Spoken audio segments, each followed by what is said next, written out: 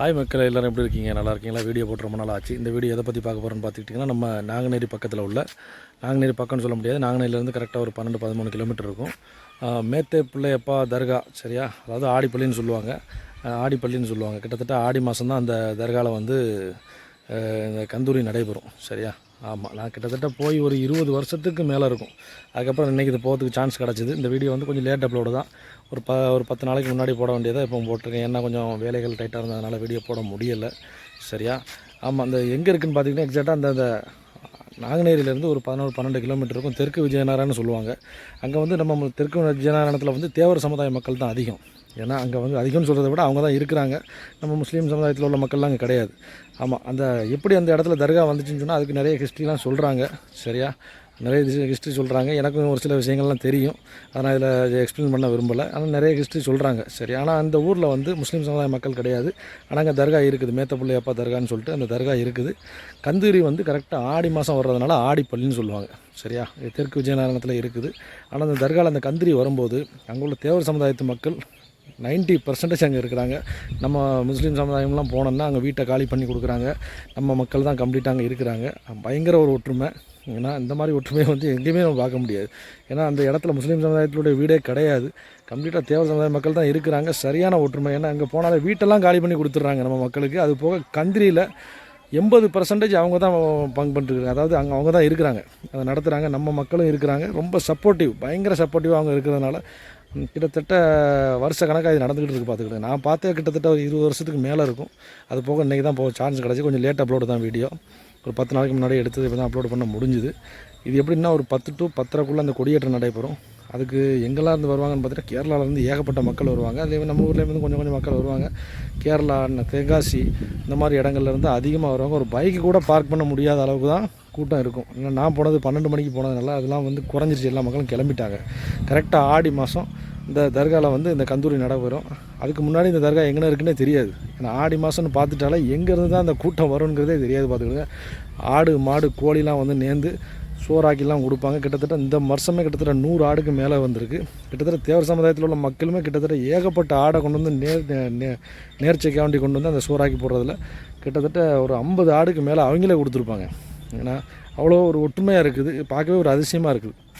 ஏன்னா அந்த தேவர் சமுதாயம் இருக்கக்கூடிய இடங்களில் இருக்க அந்த தர்கா இருக்குது. அவங்க அதுக்கு எவ்வளோ கண்ணியம் கொடுக்குறாங்க. அந்த வருஷத்தில் அவங்களும் சேர்ந்து நடத்துகிறாங்க.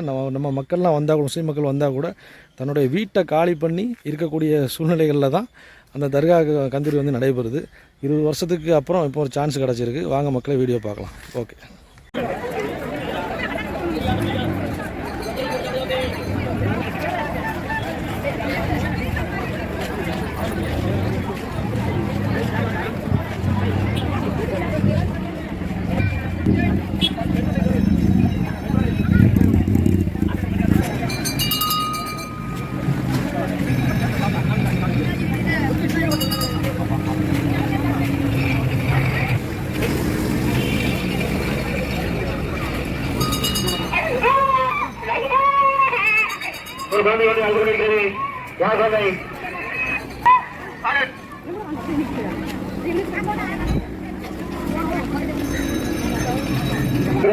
அது தொடர்ந்து வேங்கிறவாறு அழைக்கிறோம்.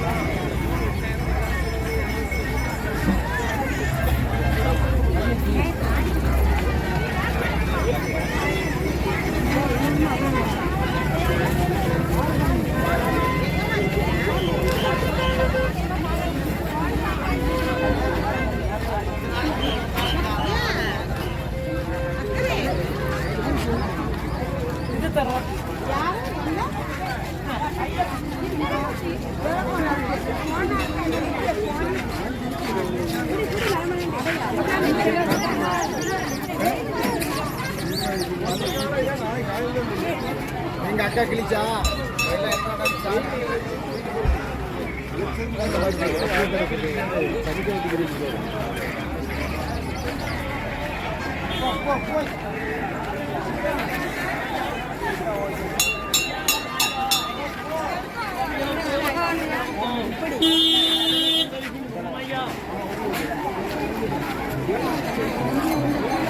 எனக்கு கண்ணு தெரியாத ஐயா, கண்ணு தெரியாத ஐயா.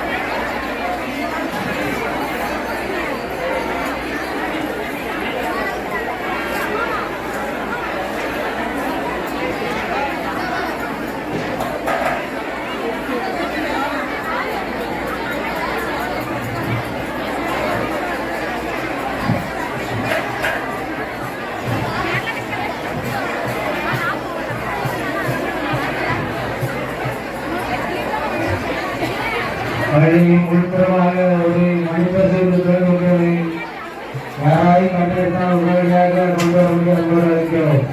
அந்த அம்மா அழுது கொண்டே இருக்கிறார்கள். பசங்களுடன் பிரச்சனை இல்லை. எப்படியாவது கண்டெடுத்தால் யாராவது கொண்டு வர முடிய நம்பர் அளிக்கிறோம்.